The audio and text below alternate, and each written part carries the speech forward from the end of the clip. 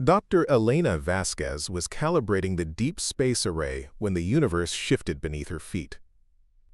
The Meridian Observatory, perched high in the Chilean Andes, had been her sanctuary for 12 years, a place where she could listen to the cosmic whispers that most humans never heard. The coffee in her thermos had gone cold hours ago, but she barely noticed. Tonight felt different, electric with possibility, though she couldn't explain why.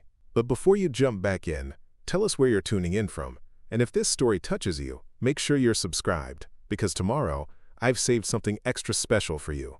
The first anomaly appeared at 3:47 a.m. local time.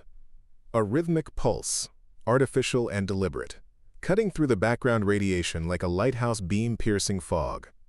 Elena's hands moved across the control panel with practiced precision, isolating the signal and running it through every filter and analysis protocol she knew. The patterns were unlike anything in their database, too structured for natural phenomena, too complex for human technology. Her colleague, Dr. Chen, found her 2 hours later, still hunched over the displays with eyes wide and unblinking. "Elena, you've been here all night. The morning shift starts in 20 minutes. She turned to him with an expression he'd never seen before, equal parts wonder and terror. "Marcus, you need to see this. We're not alone anymore." The signal wasn't random noise or cosmic interference. It was a transmission, carefully modulated and clearly artificial, repeating every 47 minutes with mathematical precision. More astounding still, embedded within the complex waveforms were linguistic patterns that their computer systems could partially decode. Someone or something was trying to communicate with Earth using principles of language that suggested deep understanding of human communication methods. Within 6 hours, the discovery had reached the highest levels of government. President Sarah Mitchell sat in the Oval Office, surrounded by her most trusted advisors, staring at printouts that might as well have been written in a foreign language. General Robert Hayes, chairman of the Joint Chiefs, was the first to break the heavy silence that had settled over the room. "Madam President, we're looking at genuine extraterrestrial contact. The signal is definitely artificial, definitely intelligent, and it's directed specifically at Earth. Our linguists and cryptographers are working around the clock to decode the full message." Dr. Amanda Foster, the nation's leading expert in xenolinguistics, a field that had been purely theoretical until this morning, leaned forward in her chair. "What we've translated so far suggests they're aware of our species and our civilization. They're not just randomly broadcasting into space. This is intentional first contact." The president felt the weight of history pressing down on her shoulders. Every decision she made in the coming hours could reshape humanity's future. "How long before we have a complete translation?" "The AI systems are learning their linguistic patterns rapidly," Dr. Foster replied. "We should have a full decode within 12 to 18 hours." Secretary of State David Park had been unusually quiet during the briefing. Now he spoke up, his voice carefully measured. "Madam President, we need to consider the international implications. This affects all of humanity, not just the United States. The UN Security Council is convening an emergency session in 4 hours. The president nodded slowly. The discovery was already leaking despite their best efforts at containment. Social media was buzzing with rumors about unusual government activity, and several foreign intelligence services were asking pointed questions about American space monitoring activities. Meanwhile, at observatories around the world, other scientists were confirming what Elena had discovered. The signal was global, visible to anyone with sufficiently sensitive equipment. Dr. Hiroshi Tanaka, at the Subaru telescope in Hawaii, was running parallel analyses, while Drive, Ingrid Larson, at the European Southern Observatory, was coordinating with her colleagues across multiple continents. The international scientific community moved faster than their governments, sharing data and insights across borders with the urgency that only came with truly momentous discoveries. Within 8 hours, they had confirmed not just one signal but 3, each coming from different points in space, all directed at Earth, all carrying similar linguistic markers. Dr. Vasquez found herself at the center of a storm she never could have imagined. Her small observatory was suddenly hosting representatives from NASA, the European Space Agency, and intelligence services from half a dozen countries. The quiet mountaintop that had been her refuge was now crawling with technicians, analysts, and security personnel. "Dr. Vasquez," said Agent Jennifer Walsh from the National Security Agency, "we need you to walk us through everything you observed, in exact chronological order. Every detail could be crucial." Elena rubbed her tired eyes and began her account for the 6th time that day. Each retelling made the experience feel more surreal, as if she were describing someone else's life. The discovery that would change everything had started with something as mundane as routine equipment calibration. In New York, the United Nations building was experiencing its most intense activity since the Cuban Missile Crisis. Representatives from every member nation were converging on the city, and the usually diplomatic language of international relations was giving way to barely controlled excitement and fear. Secretary General Maria Santos called the emergency session to order with unprecedented media attention focused on the proceedings. "Distinguished delegates, we are here to address what may be the most significant development in human history. 3 hours ago, scientists confirmed that we have received intentional communications from extraterrestrial intelligence." The assembly hall, usually filled with the subdued murmur of diplomatic conversation, fell absolutely silent. Ambassador Zhang Wei from China was the first to speak. "Secretary General, what exactly do these communications contain? What are their intentions?" Dr. Foster, who had been flown to New York to brief the assembly, stood at the podium with translation data that was still being updated in real time. The messages appear to be formal diplomatic communications. They identify the senders as representatives of something called the Galactic Preservation Council. They state that they have been monitoring Earth and are prepared to offer us membership in what they term a, quote, protected status within their organization. Ambassador Catherine Morrison from the United Kingdom leaned forward. "Protected status? Protected from what?" "That's where the communications become vague," Dr. Foster admitted. "They speak of cosmic threats and existential dangers, but provide no specific details. They emphasize that membership would ensure Earth's safety and continued existence." The Russian representative, Ambassador Dmitry Volkov, stood up. "This sounds remarkably convenient. An unknown alien organization appears just in time to save us from unspecified threats. Forgive my skepticism, but this has all the hallmarks of a protection racket." Murmurs of agreement rippled through the assembly. Ambassador Santos from Brazil voiced what many were thinking. "In my experience, when someone offers protection without explaining what you need protection from, they usually are what you need protection from." Dr. Foster consulted her latest updates. The communications also mentioned that Earth has been under preliminary observation for what they term several solar cycles. They seem to be suggesting they've been watching us for some time. The implications of long-term alien surveillance sent a chill through the assembly. Ambassador Park from South Korea asked the question that everyone was considering. How do we respond to this? Do we have any choice but to engage with them? Before anyone could answer, Dr. Foster's tablet chimed with an urgent update. Her face grew pale as she read the new information. "Secretary General, I'm receiving word that additional signals have been detected. The Galactic Preservation Council is requesting a formal response within 72 hours. The assembly erupted into dozens of simultaneous conversations in multiple languages. Secretary General Santos called for order, but the magnitude of what they were facing was overwhelming the careful protocols of international diplomacy. Back at Meridian Observatory, Elena was working with an international team of scientists to decode every nuance of the alien communications. Dr. Chen had been joined by colleagues from around the world, and the small facility was now hosting some of the brightest minds in linguistics, mathematics, and astrophysics. "There's something odd about their language patterns," observed Dr. Klaus Weber from the Max Planck Institute. "They're using perfect mathematical principles in their communication structure, but the emotional undertones suggest something more complex." Dr. Liu Mei from Beijing University was analyzing the harmonic frequencies embedded in the signals. "The technical sophistication is impressive, but I'm detecting what appears to be uncertainty in some of their phrasing, as if they're not entirely confident about something." Elena looked up from her workstation. "What kind of uncertainty?" "It's subtle, but there are linguistic markers that suggest they're following a script or protocol rather than engaging in natural communication, like someone reading from a manual, rather than speaking from experience." This observation sparked intense discussion among the team.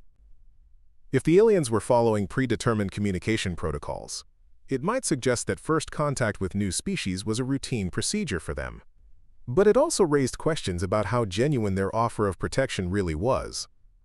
Dr. Foster, who had returned from the UN briefing, joined the scientific team's analysis. "I've been thinking about their emphasis on protected status. In diplomatic language, protection usually implies a hierarchical relationship, the protector and the protected. Like a parent and child," Elena mused. "Or a patron and client. Or," Dr. Weber added grimly, "a jailer and prisoner." The team worked through the night, dissecting every word and phrase in the alien communications. What emerged was a picture of an organization that seemed well-practiced in offering protection to younger civilizations. The language was reassuring but also subtly condescending, treating humanity as if they were children who needed guidance from wiser beings. Dr. Tanaka, participating via video link from Hawaii, shared an unsettling discovery. "I've been analyzing the mathematical structures in their communications. They're using base 12 mathematics, which suggests a species with 12 digits, or some other 12-based physiological system. But more interesting is what I found when I compared their current signals to background radiation data from the past 50 years. The team waited as he pulled up his analysis. "They've been passively scanning our planet for at least 5 decades. These aren't random explorers who just discovered us. They've been studying us for generations. Preparing and narrating this story took us a lot of time, so if you are enjoying it, subscribe to our channel, it means a lot to us." Now back to the story. The implications were staggering. While humanity had been taking its first tentative steps into space, an alien civilization had been quietly cataloging their development, their culture, their capabilities. It was like discovering that someone had been watching through your windows for years before finally knocking on your front door. Elena felt a chill that had nothing to do with the mountain air. If they've been watching us for 50 years, they know everything about us. Our history, our conflicts, our weaknesses, and our strengths, Dr. Chen added optimistically, though his tone suggested he wasn't entirely convinced of that perspective. Dr. Weber was studying the communication protocols more closely. "There's another pattern I'm noticing. They refer to standard integration procedures and, quote, established protection frameworks. This isn't their first time doing this." "How many other species do you think they've offered protection to?" Elena asked. "Based on the linguistic patterns and their casual references to established procedures, I'd estimate dozens, possibly hundreds." The scientific team exchanged troubled glances. The idea that humanity was just another entry in some alien organization's catalog of protected species was deeply unsettling. It suggested a galaxy where freedom and independence were rare commodities, carefully managed by self-appointed guardians. President Mitchell was receiving regular updates on the scientific analysis, while simultaneously managing the global political response to the alien contact. Her Situation Room had become a hub of activity that never slept, with representatives from allied nations participating in continuous video conferences. "Madam President," said CIA Director Rachel Stone, "our intelligence analysis suggests that this Galactic Preservation Council operates on principles that are fundamentally incompatible with human concepts of sovereignty and self-determination." General Hayes added his military perspective. "If they've been watching us for 50 years, they've observed our entire modern military development. They know our capabilities better than we know theirs." Secretary Park was handling the international coordination aspects. "The UN is struggling to reach consensus on how to respond. Some nations want to immediately accept the protection offer, others are demanding more information, and a few are suggesting we reject any external control entirely." Dr. Foster, who had become the administration's primary advisor on alien communications, presented her latest analysis. "Madam President, I believe we're dealing with a bureaucratic organization rather than explorers or conquerors. Their communications follow rigid protocols and reference established procedures. This suggests they've done this many times before." "Is that good or bad for us?" the president asked. "It means they probably won't deviate from their standard approach, which gives us some predictability. But it also means they're likely not interested in negotiating terms. They seem to be offering a take-it-or-leave-it proposition." The president stared at the world map displayed on the Situation Room's main screen, showing the locations of observatories that were monitoring the alien signals. Red dots marked the positions of the 3 alien transmission sources, forming a triangle around Earth's solar system. The geometric precision of their positioning was clearly intentional, designed to ensure global coverage of their messages. "What happens if we ask for more time to consider their offer?" she asked. Dr. Foster consulted her latest updates. "Based on their communication patterns, I don't think they're accustomed to lengthy negotiations. They seem to expect relatively quick decisions from the species they contact. And if we ask for more information about these threats they want to protect us from? That's the crucial question, Madam President. Their reluctance to provide specifics about the dangers is either because the threats are so obvious they assume we know about them, or because the details might make their protection offer less appealing." General Hayes leaned back in his chair. "Or because they are the threat." The room fell silent as everyone considered that possibility. It was the question that no one wanted to voice, but everyone was thinking. What if the Galactic Preservation Council's protection was really subjugation disguised as benevolence? Meanwhile, around the world, ordinary people were beginning to learn about the alien contact through news reports and social media. The governments had tried to maintain secrecy, but the involvement of multiple observatories and international organizations made containment impossible. In Tokyo, office worker Kenji Nakamura was watching the news during his lunch break when the first official reports aired. The anchor spoke with carefully controlled excitement about possible extraterrestrial communications and ongoing analysis by international scientific teams. Kenji's first thought wasn't about the scientific implications or the potential for advanced technology. He wondered what this meant for his daughter's future, for the world she would inherit. Would she grow up in a universe where humanity was free to chart its own course, or would they become wards of some alien bureaucracy? In London, Dr. Rebecca Thompson was explaining the situation to her 8-year-old son Michael, who had heard older children at school discussing the space aliens. Michael's questions were direct and unsettling in their simplicity. "Mummy, if the aliens want to protect us, why won't they tell us what's dangerous?" Rebecca realized that her son had identified the central problem with startling clarity. "That's exactly what the grown-ups are trying to figure out, love. When someone at school offers to protect my lunch money, it's usually because they want to take it themselves," Michael observed with the ruthless logic of childhood. Rebecca felt a chill of recognition. Children often saw through adult deceptions with uncomfortable accuracy. What if the alien offer of protection was similarly transparent to anyone willing to look past the reassuring words? Back at the UN, the debate had continued for 18 hours with no clear consensus emerging. The global community was split along predictable lines, with some nations prioritizing security and others emphasizing independence. But there were also unexpected alliances forming as the implications of the alien offer became clearer. Ambassador Volkov from Russia found himself agreeing with Ambassador Morrison from the UK on the need for skepticism, while traditionally neutral nations like Switzerland and Sweden were calling for acceptance of the protection offer.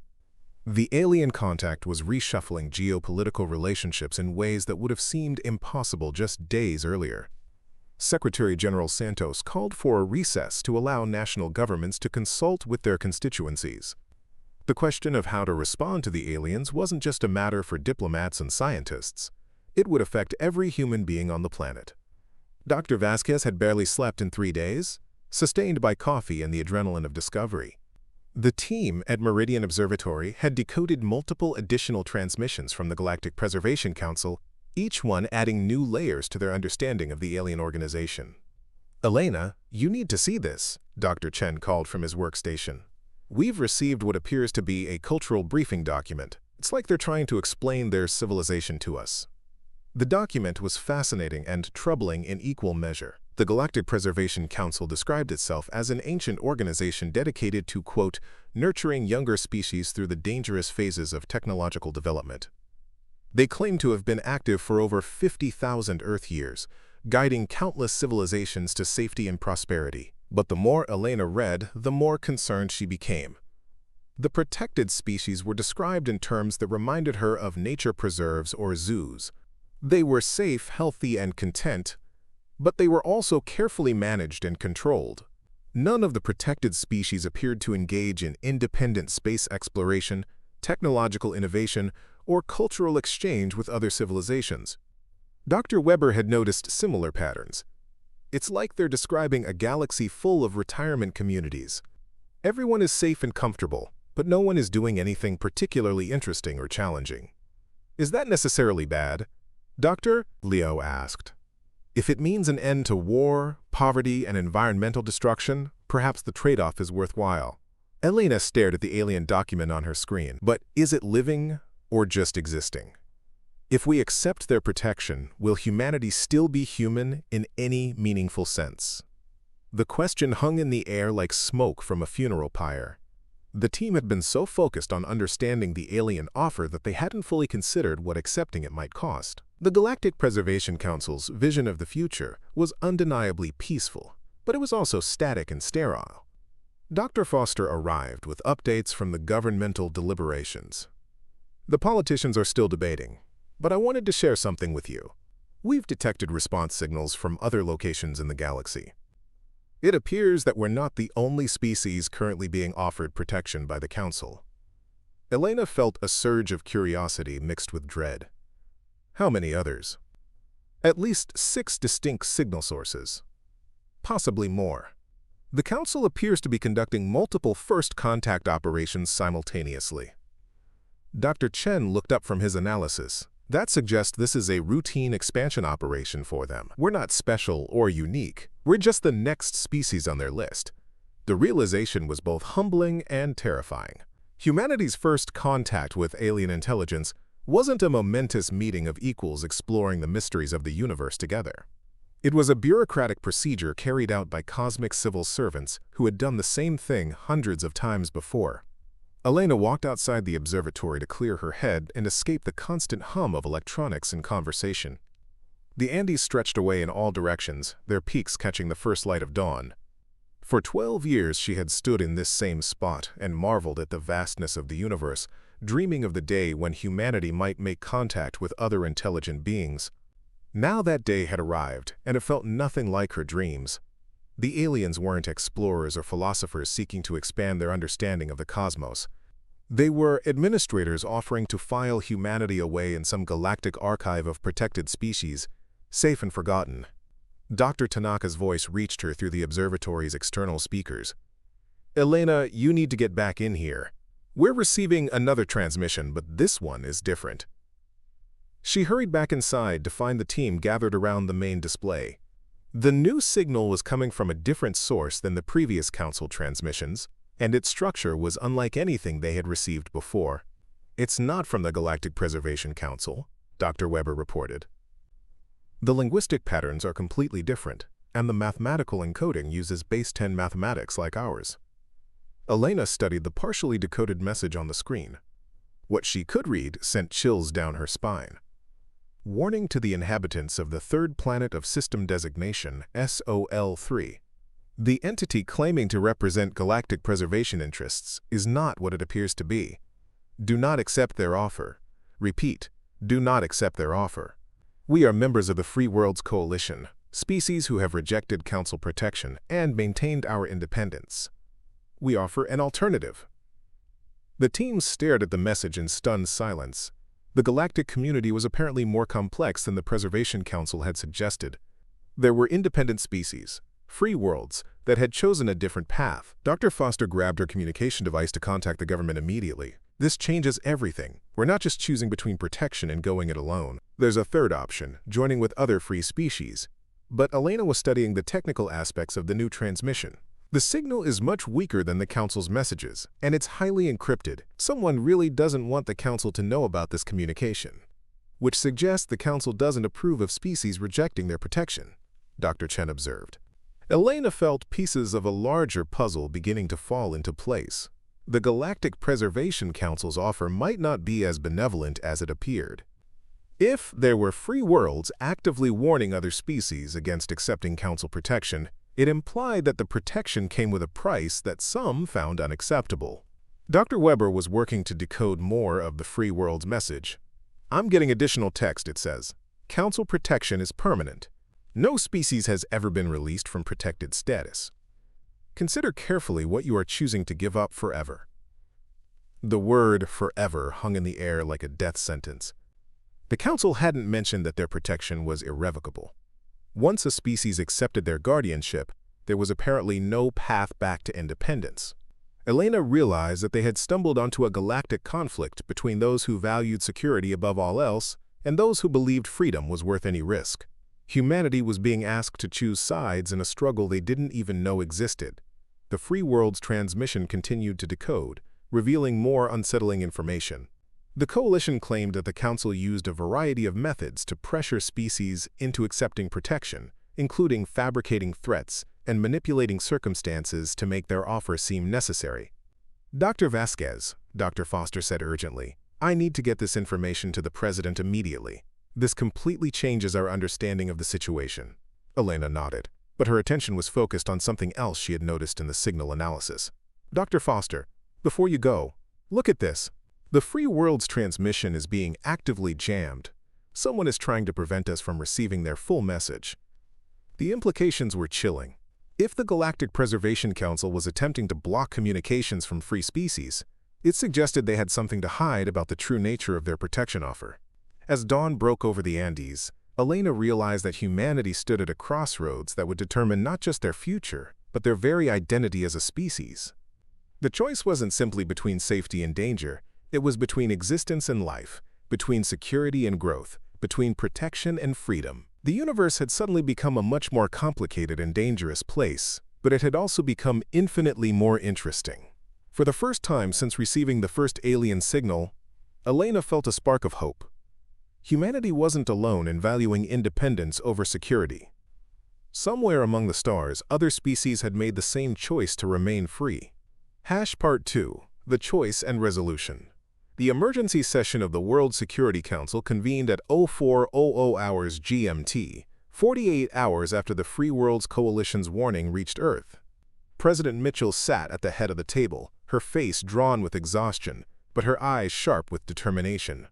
Around her, the leaders of every major nation appeared via secure video links, their expressions ranging from fear to defiance to barely controlled panic. "The situation has changed fundamentally," announced Director Stone, laying out printed intelligence reports. "We now know that the Galactic Preservation Council's offer isn't unique to us, and more importantly, it's irreversible. Once a species accepts their protection, they never regain independence." Chancellor Angela Weber from Germany was the first to respond. "But we also know there are alternatives. This Free World's Coalition proves that species can survive without Council protection." Prime Minister Raj Patel from India leaned forward on his video screen. "Do we? All we have is a single intercepted message. For all we know, these free worlds are struggling. Refugees barely surviving on the margins of galactic civilization." President Mitchell had been studying the latest intelligence reports throughout the night. "Dr. Foster, what's your assessment of the Free World's Coalition? Are they legitimate?" Dr. Foster stood before the assembled leaders, her normally composed demeanor showing cracks of stress. "Madam President, our linguistic analysis suggests the coalition represents at least 12 distinct species, possibly more. Their communication patterns indicate a sophisticated alliance with complex diplomatic protocols. They're not primitive rebels hiding in the cosmic wilderness." Secretary General Santos participated from the UN building in New York, where protests had been gathering since news of the alien contact leaked to the public. "The global response has been intense. Half the world's population wants us to accept the Council's protection immediately. The other half is demanding we reject any external control. We're seeing massive demonstrations on every continent." General Hayes pulled up satellite imagery showing crowds in major cities worldwide. In Beijing, 2 million people are marching in support of accepting protection. In Washington, nearly as many are demanding we refuse. Similar scenes in London, Moscow, Sao Paulo, and every other major population center. This isn't just a decision for governments anymore. The entire human species is choosing sides. President Park from South Korea had been unusually quiet. Now he spoke with careful precision. "We're missing a crucial piece of information. What exactly happens to species that refuse Council protection? The Coalition warned us not to accept, but they haven't explained what the alternative entails. As if summoned by his question, Dr. Vasquez's voice crackled through the secure communication system from Meridian Observatory. World leaders, we're receiving another transmission from the Free Worlds Coalition. This one is much more detailed. The message that followed painted a stark picture of galactic politics. The coalition revealed that species refusing Council protection faced immediate classification as rogue civilizations, subject to containment or elimination by Council enforcement fleets. The free world survived by forming mutual defense pacts and maintaining hidden bases in uncharted regions of space. The Council tolerates no independence, the message continued. They view self-governing species as threats to galactic stability.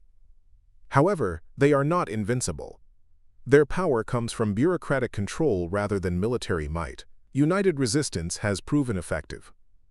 Director Stone processed this information with the grim efficiency of a career intelligence officer. So our choices are: accept permanent subjugation, face destruction by Council enforcement, or join an underground resistance movement. President Mitchell felt the weight of species-level decision-making crushing down on her. How long do we have to decide? Dr. Foster consulted her latest updates from the scientific teams. The Council's original deadline stands 18 hours from now, but there's something else. Our deep space monitoring stations are detecting movement in the outer solar system. Large objects, artificial, heading toward Earth. The room erupted in urgent conversation as leaders demanded details. General Hayes was coordinating with Military Space Command to get clearer readings on the approaching objects.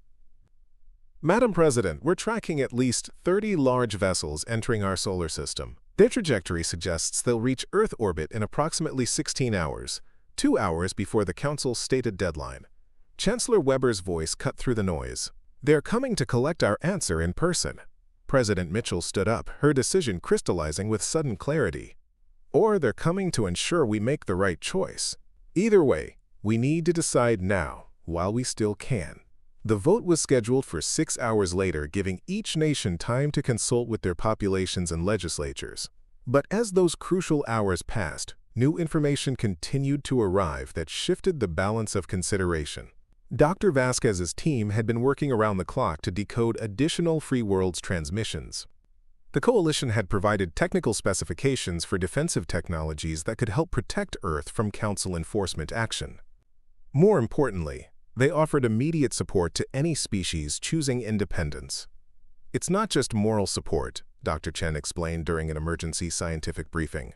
They're offering concrete assistance, defensive technologies, tactical intelligence, and coordination with other free worlds. We wouldn't be facing the Council alone. But the Council was also escalating their persuasion efforts. New transmissions arrived hourly, each one more insistent than the last. They spoke of cosmic threats, ancient enemies, and the tragic fate of species that refused proper guidance. Their language grew increasingly paternalistic, treating humanity like children who didn't understand the dangers of the adult world. President Mitchell was in the Oval Office when the call came from Dr. Foster. Madam President, we've just received a direct communication from the approaching Council fleet. They're requesting permission to establish diplomatic contact with world leaders. Permission? They're already in our solar system uninvited. What kind of permission are they requesting? They want to send a representative to Earth. A face-to-face meeting with the UN Security Council. President Mitchell realized this was the Council's final gambit, direct personal diplomacy to seal their offer. Dr. Foster, in your professional opinion, should we agree to this meeting? Madam President, it could be our only chance to ask the hard questions directly. But it also gives them an opportunity to apply pressure we're not prepared for. The decision to allow a Council representative to visit Earth was made by emergency vote of the UN Security Council. 3 hours later, a shuttlecraft of clearly alien design landed at a secure military facility outside Geneva. The being that emerged defied most human expectations about extraterrestrial life. Ambassador Kethvar stood nearly 7 feet tall with pale blue skin and elongated limbs that moved with liquid grace. Most unsettling were his eyes, large, dark, and ancient, in a way that suggested he had witnessed the rise and fall of civilizations. When he spoke, his voice carried harmonics that seemed to resonate in listeners' bones. Honored representatives of the human species, he began, addressing the hastily assembled UN gathering. I bring greetings from the Galactic Preservation Council and an urgent warning about the choice you face. Secretary General Santos had prepared for this moment, but the alien's physical presence was more intimidating than any video conference could convey. Ambassador Kethvar, we appreciate your willingness to meet with us directly. We have many questions about your offer of protection. Of course you do. Questions are natural for a developing species. Please, ask whatever concerns you. President Mitchell, participating via secure video link, decided to be direct. Ambassador, we've received communications suggesting that your protection is permanent and irreversible. Is this accurate? Kethvar's expression remained serene. Protection implies permanence, does it not? A parent does not abandon a child when that child reaches an arbitrary age. The cosmos is filled with dangers that young species cannot comprehend. Our guidance ensures these dangers never threaten our protected worlds. But what if a species wants to leave your protection? Pressed Prime Minister Patel. What if they feel ready to face those dangers on their own? A curious question, Kethvar replied with what might have been amusement. In 50,000 years of providing protection, no species has ever expressed such a desire. Once they understand the true nature of cosmic threats, they are grateful for our oversight. Ambassador Morrison from the UK leaned forward. What are these cosmic threats? You've been deliberately vague about the specific dangers you're protecting us from. For the first time, Kethvar's composed demeanor showed a crack of irritation. The threats are numerous and complex. Ancient machine intelligences, predatory empires, cosmic forces beyond your current understanding. But the greatest threat to any developing species is itself. Unchecked technological advancement, resource exploitation, and internal conflict destroy far more civilizations than external enemies. So you're protecting us from ourselves, observed Chancellor Weber. Among other things, yes. Your species shows all the classic signs of approaching self-destruction: environmental degradation, weapons capable of planetary annihilation, social fragmentation, and dangerous experimentation with technologies you don't fully understand. Without guidance, humanity will eliminate itself within a few generations. President Mitchell felt her temper rising. That's our choice to make, isn't it? Our mistakes to learn from? Kethvar turned his ancient eyes toward the camera transmitting her image. A parent does not allow a child to play with fire, simply because it is the child's choice. Wisdom sometimes requires overruling the preferences of those who lack sufficient perspective. The metaphor of parent and child appeared repeatedly in Kethvar's responses, and it was beginning to grate on the human representatives. Ambassador Volkov decided to challenge it directly. Ambassador, children eventually grow up and become adults capable of making their own decisions. When do species under council protection achieve this maturity? The analogy has limitations, Kethvar admitted. Biological children develop within a predictable time frame. Civilizational development is more variable. Some species might be ready for greater autonomy in a few thousand years. Others require indefinite guidance. A few thousand years? Secretary General Santos couldn't hide her shock. You're talking about countless generations of human beings living under external control. I am talking about countless generations of human beings living, period. The alternative is extinction within your current century. The stark pronouncement hung in the air like a death sentence. Kethvar had finally revealed the core of the council's argument: accept permanent subjugation or face inevitable destruction. But Ambassador Morrison wasn't ready to accept that ultimatum. Ambassador, we're aware that some species have rejected council protection and survived independently. What's your response to that? Kethvar's composure slipped entirely for a moment, revealing something that might have been anger or fear. The entities you refer to are not survivors. They are refugees. Rogue civilizations that refuse proper guidance and spread chaos wherever they hide. They exist in constant fear, scraping out a marginal existence in the dangerous regions of space that responsible civilizations avoid. That's not how they describe themselves, President Mitchell interjected. They claim to have formed a successful coalition of free worlds. They claim many things, Kethvar replied coldly. Desperate beings often create elaborate fantasies to justify their poor choices. The Free Worlds Coalition, as they call themselves, has lost more member species to cosmic threats in the past millennium than the Council has lost in 10 millennia of protection. Dr. Foster, who had been analyzing Kethavar's statements for linguistic tells and emotional markers, spoke up from her position as scientific advisor. "Ambassador, if the universe is as dangerous as you claim, how did your own species develop without council protection? Who protected the protectors?" The question clearly caught Kethavar off guard. For several long moments he remained silent, his dark eyes studying the human representatives with new intensity. That is, a complex historical matter. The council formed from the survivors of ancient conflicts that devastated much of the galaxy. We learned hard lessons about the cost of unguided development. Our protection of younger species prevents them from repeating our mistakes. "But you survived those conflicts and emerged stronger," pressed Dr. Foster. "Why couldn't other species do the same?" "Because the cosmic environment has changed. The threats we faced are still present, but now they are contained by our vigilance. Without that protection, emerging species face not just the natural dangers of development, but active predation by forces we have held in check for millennia." President Mitchell realized that Kethavar had just revealed more than he intended. "Are you saying that accepting your protection makes us part of your conflict with these ancient enemies?" "All civilized species are part of that conflict, whether they acknowledge it or not. The difference is that protected species fight from positions of safety, while free worlds face those enemies alone and unprepared." The admission fundamentally altered the nature of the Council's offer. They weren't just offering protection from abstract cosmic dangers. They were recruiting humanity into an ancient galactic war while disguising it as benevolent guardianship. Chancellor Weber was the first to grasp the full implications. "You're not protectors, you're recruiting officers. You want us to join your side in a galactic conflict while pretending it's for our own good." Kethavar's mask of benevolent wisdom finally slipped completely, revealing something harder and more desperate underneath. "What we want is irrelevant. What matters is survival. The choice before humanity is simple. Join the civilized galaxy under proper guidance, or face the chaos that destroyed countless species before you." "Including your own species, apparently," observed Ambassador Morrison. "We survived. We learned. We grew strong enough to protect others. That is the path we offer to humanity: survival, growth, and eventual partnership in maintaining galactic order." President Mitchell had heard enough. "Partnership? You've described permanent oversight and control. When exactly would humanity become an equal partner rather than a protected ward? When you demonstrate the wisdom and restraint necessary for partnership. When you prove that you can be trusted with independence without threatening galactic stability." "And who makes that determination?" demanded President Park.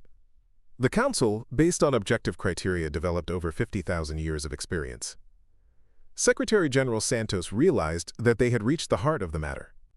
"So humanity would never be free to make that choice for ourselves.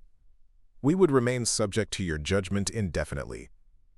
"Freedom is not the highest value in the universe," Kethavar replied with the tone of someone explaining an obvious truth to a child. "Survival is, security is, the continuation of civilized life is. Freedom is a luxury that can only be enjoyed when these more fundamental needs are secured." The UN Assembly fell silent as the full scope of the Council's philosophy became clear. They viewed freedom as a dangerous indulgence that immature species needed to be protected from, not a fundamental right that all sentient beings deserved. President Mitchell made her decision in that moment of silence.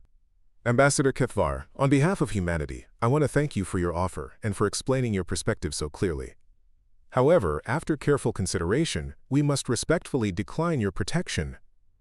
The ancient being's reaction was immediate and unsettling. His calm demeanor evaporated entirely, replaced by something that looked almost like panic. "You don't understand what you're choosing. Without Council protection, humanity will face immediate classification as a rogue civilization.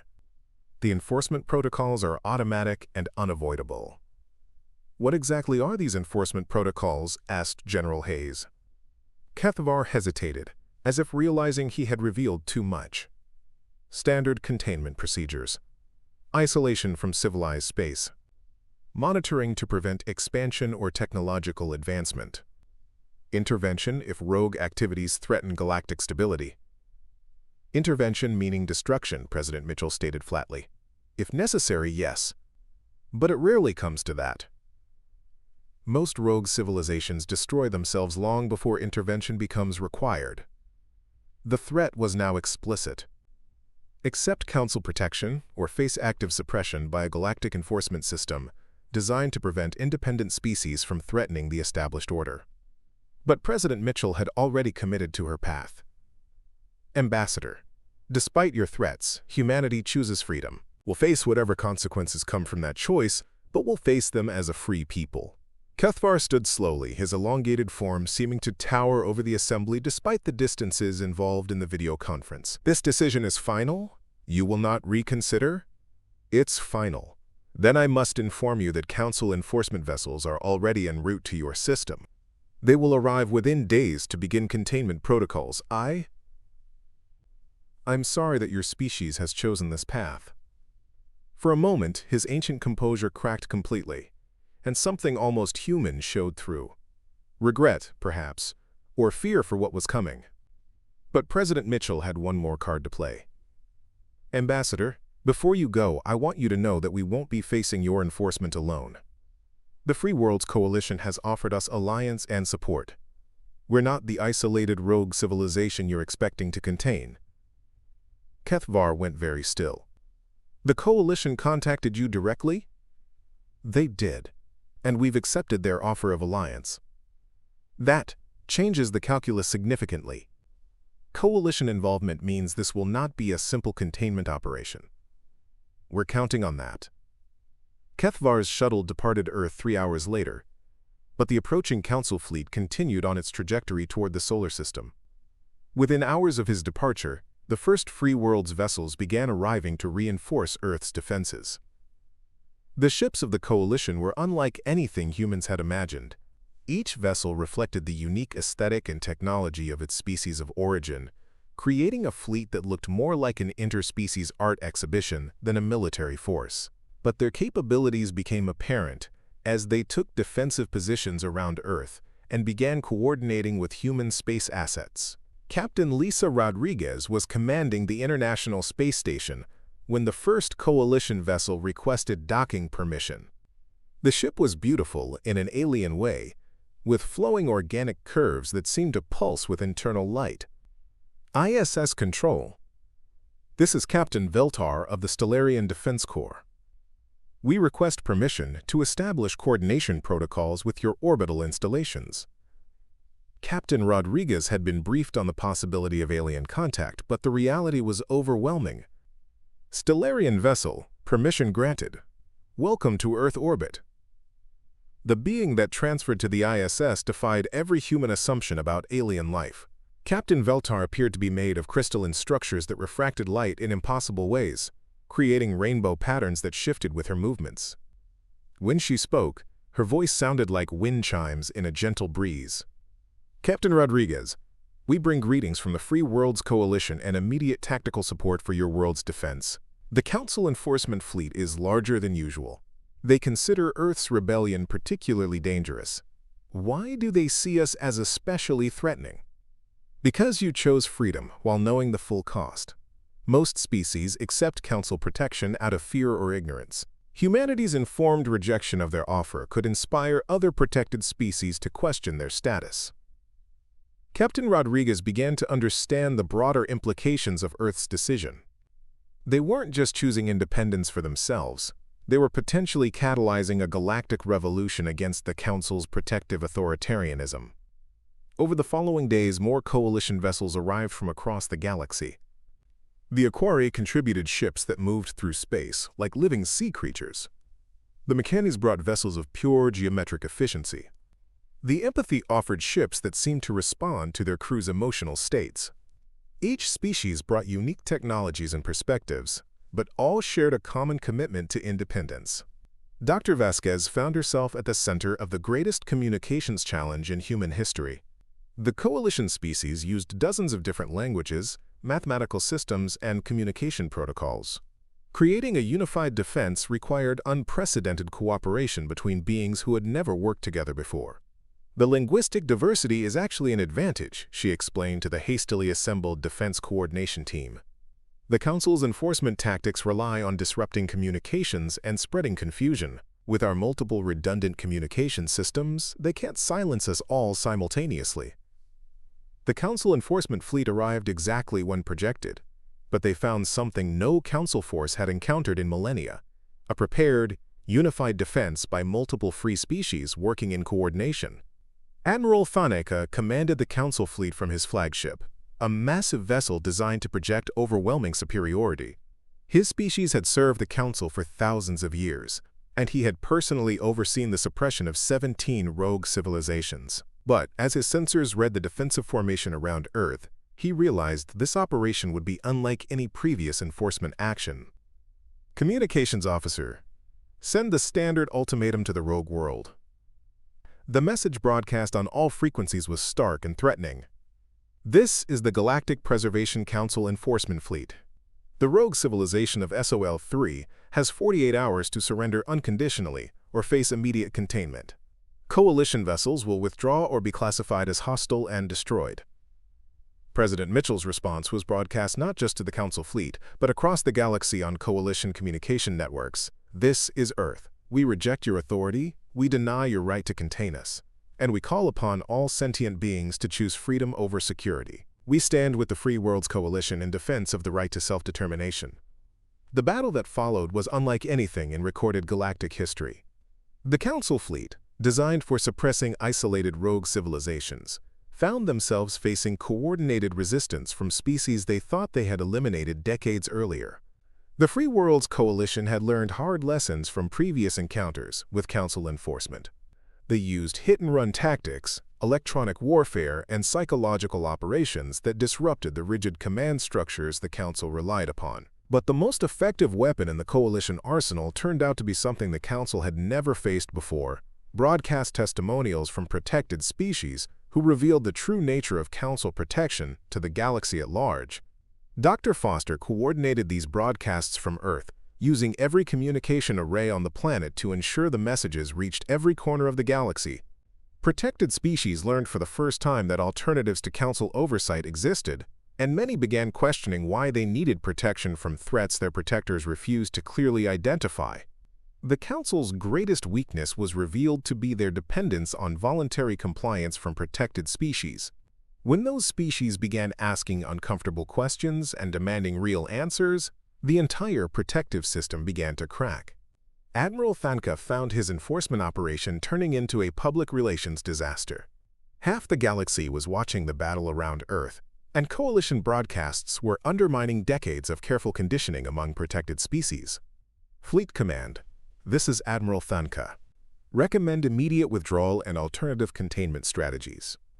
Direct enforcement is causing more problems than it solves. But Fleet Command was dealing with uprisings and protests across dozens of protected worlds. The Council's authority was being challenged on a scale they had never experienced. The turning point came when Captain Veltar's crystalline vessel disabled the Council flagship's communication array, using a technique that turned the ship's own defensive systems against itself. Suddenly, Admiral Thaneka found himself cut off from his fleet and facing a communication demand from the Coalition. "Admiral," came President Mitchell's voice across the void, "this is your opportunity to choose a different path. Your enforcement fleet is defeated, but we're offering you the same choice we made. Join the Free Worlds or return to your masters." The response came not from Admiral Thaneka, but from dozens of individual ship commanders throughout his fleet. "This is Captain Morden of the Council vessel Retribution. We request asylum with the Free Worlds Coalition." "This is Commander Valkan of the Council vessel Justice. We no longer recognize Council authority." "This is Captain Thaneka. I formally surrender my fleet to the Coalition and request political asylum for all crew members who choose freedom." The Council enforcement fleet had not just been defeated, it had defected almost entirely. Only a handful of vessels chose to return to Council space, and they carried with them news of the most catastrophic failure in Council history. Within weeks, protected species across the galaxy were demanding the same choice Earth had been offered. The Galactic Preservation Council, faced with the collapse of their authority, began a gradual retreat from direct control of their protected worlds. Some species chose to remain under Council oversight, genuinely preferring security to independence. But for the first time in 50,000 years, they made that choice freely. with full knowledge of the alternatives. The Free Worlds Coalition grew from a hidden resistance movement to a legitimate galactic government representing hundreds of species committed to self-determination. Earth became the coalition's newest member, and, because of their role in catalyzing the Galactic Revolution, one of its most influential voices. Dr. Elena Vasquez stood once again on the observation deck of Meridian Observatory, but now she was looking out at a universe transformed.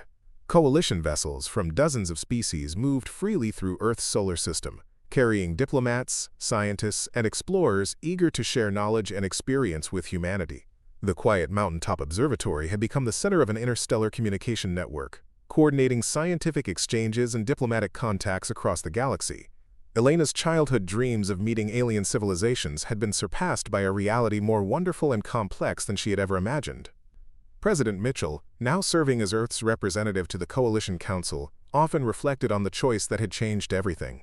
Humanity had gambled their species' future on the belief that freedom was worth any price, and they had won not just their own independence but the liberation of countless others. The universe remained dangerous and uncertain, but it was also free. The Galactic Preservation Council still existed, but now as one option among many rather than the sole authority over galactic civilization. Some worlds chose their protection, others joined the coalition, and still others pursued their own unique paths to the future. Captain Veltar had become Earth's closest alien ally, her crystalline form a familiar sight in Earth's orbital stations. During one of her visits to the surface, she shared her perspective on humanity's impact on galactic history. "Your species did something remarkable," she told Elena as they watched the sunset from the observatory. "You asked the simple question that no one had thought to ask. Protection from what?" That question broke 50,000 years of unquestioned authority and gave the galaxy back its freedom to choose. Elena smiled, remembering the terrifying moment when she had first detected the alien signals that started everything. "We almost chose differently. The Council's offer was very tempting. But you didn't choose differently. That's what matters." Courage isn't the absence of fear. It's asking hard questions despite the fear. As the stars emerged in the darkening sky, Elena could see the lights of coalition vessels moving between Earth and the stars beyond. Each point of light represented a species that had chosen freedom over security, uncertainty over control, growth over stagnation. The universe had become a vast community of free worlds, each pursuing its own path while supporting the rights of others to do the same. It wasn't perfect. Freedom never was, but it was alive with possibility in a way that the Council's protective order had never been. Humanity had learned that the most important question any species could ask wasn't whether they were safe, but whether they were free to choose their own destiny among the stars. And in asking that question, they had given the galaxy back its soul. Up next, you've got two more standout stories right on your screen. If this one hit the mark, you won't want to pass these up. Just click and check them out.